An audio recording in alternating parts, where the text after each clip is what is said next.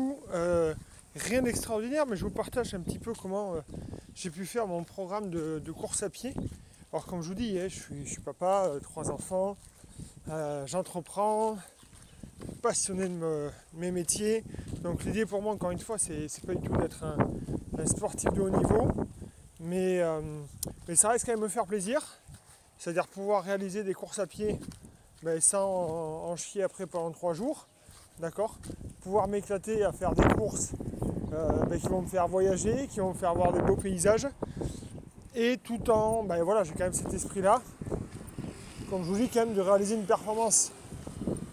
Quand je dis réaliser une performance, c'est, voilà, comme je vous dis, de ne pas en chier au niveau de la santé physique, de ne pas me mettre en danger, mais en même temps, si je dois faire 30 bornes, j'ai pas envie d'y passer 6 heures. Si je dois faire un marathon, j'ai pas envie de passer 5-6 heures en fait. Voilà, j'ai envie quand même de réaliser une performance qui me rend fier.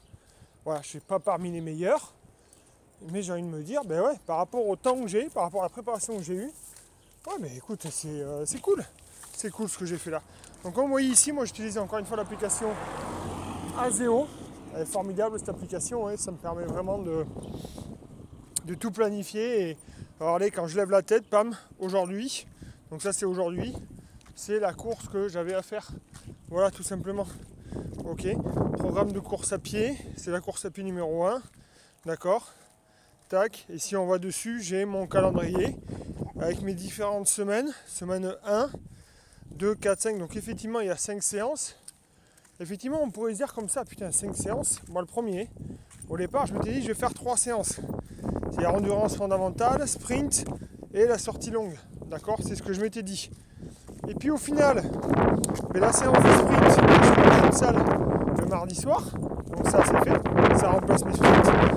L'endurance fondamentale du mercredi, c'est quand Nino, il adore faire du quad, et du coup ça fait mon endurance fondamentale, il fait du quad, et moi je l'accompagne en footing léger, d'accord. La séance du fractionné, donc celle-là c'est la spécifique que je fais effectivement tout seul, mais ça me permet de balader Tina aussi en même temps le jeudi matin. Le samedi, ça c'est la sortie longue, donc effectivement, ça c'est la sortie qui a été pour moi la plus dure à mettre en place. Voilà, parce qu'effectivement la sortie longue, c'est plus d'1 heure, entre 1 heure et 2h30. Donc ça a été la plus dure, et finalement, je profite du fait que je fais beaucoup de route, je me balade beaucoup dans la Gironde et un petit peu ailleurs. Du coup, je me suis dit, à chaque fois que je vais me balader à un endroit pour faire mes formations rugby ou assister à des matchs et tout ça, je vais me caler une sortie longue. C'est comme ça que je me suis retrouvé à Hendaye, à Capsieux. C'est que j'ai fait d'autres dans l'entre-deux-mers vers Sinac-la-Traîne. Enfin voilà. Donc du coup génial, ça me fait visiter. Et enfin l'endurance fondamentale du dimanche matin, mais c'est la même que mercredi. Voilà, avec Nino qui fait du quad et tout ça quoi. Donc voilà, finalement je me retrouve avec 5 séances par semaine, assez facile à mettre en place. Et on voit avec la semaine 2, la semaine 3, de toute façon ça va être comme ça pendant pendant 12 semaines. Voilà. Il n'y a que la semaine 4. Alors après, je fais 3 semaines où je vais faire beaucoup de fréquences et de volume.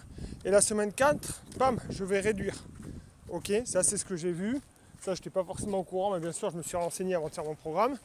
J'ai vu qu'effectivement, il fallait augmenter comme ça 1, 2, 3, intensité et volume. Et toutes les 4 semaines, pardon, bam, on décroche un peu. Ok, pour quand même en garder sous la pédale et pas être crescendo comme ça tout le temps. Donc voilà, donc ça c'est une bonne petite planification, donc j'ai adopté ce rythme-là.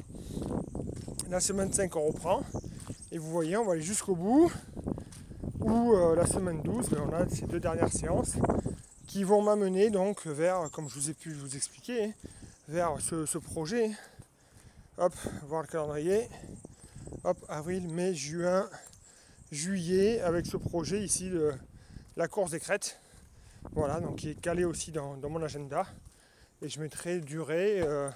Oui, durée, c'est parce que je ne pouvais pas mettre 4 heures, ça ne rentre pas. Donc voilà un petit peu ce que je voulais vous montrer, de quoi je suis parti. Alors après, bien sûr, dans chaque séance, j'ai rempli. Donc vous allez voir, par exemple, la sortie longue là ici. Hop, donc j'ai 40 minutes d'endurance fondamentale.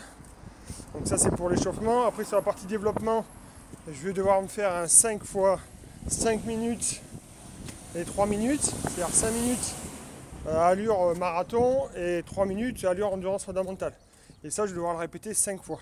Et après, un petit retour au calme. Ok, avec une petite note ici du coach. Tac. Donc voilà, après derrière, si on prend endurance fondamentale ici, celle-là, ben non, c'est un peu plus simple parce que c'est que l'endurance fondamentale. Si je prends ma séance, celle qui modifie, c'est le fractionné. Hop, ici on le voit, 10 minutes, 10-15 minutes d'activation, 24 minutes de développement, c'est-à-dire, ben, là, c'est la séance la plus intense de la semaine. 10 fois 1 minute 30 allure 5 km, 1 minute 30 allure endurance fondamentale. Donc c'est 1 minute 30, 1 30. Ok, et ça répété 10 fois. Voilà, avec le petit mot du coach encore une fois. Voilà un petit peu sur quoi je suis parti. Donc là, ça y est, je suis sûr de moi. Donc j'avance. Là, ce qui est bien, c'est qu'avec, encore une fois, en étant sur Rasio, vous voyez, une séance sur 54. On a le déroulé ici. On a les explications, donc tout est clair. Et on sait où on va. Et il n'y a pas besoin de se poser 36 000 questions.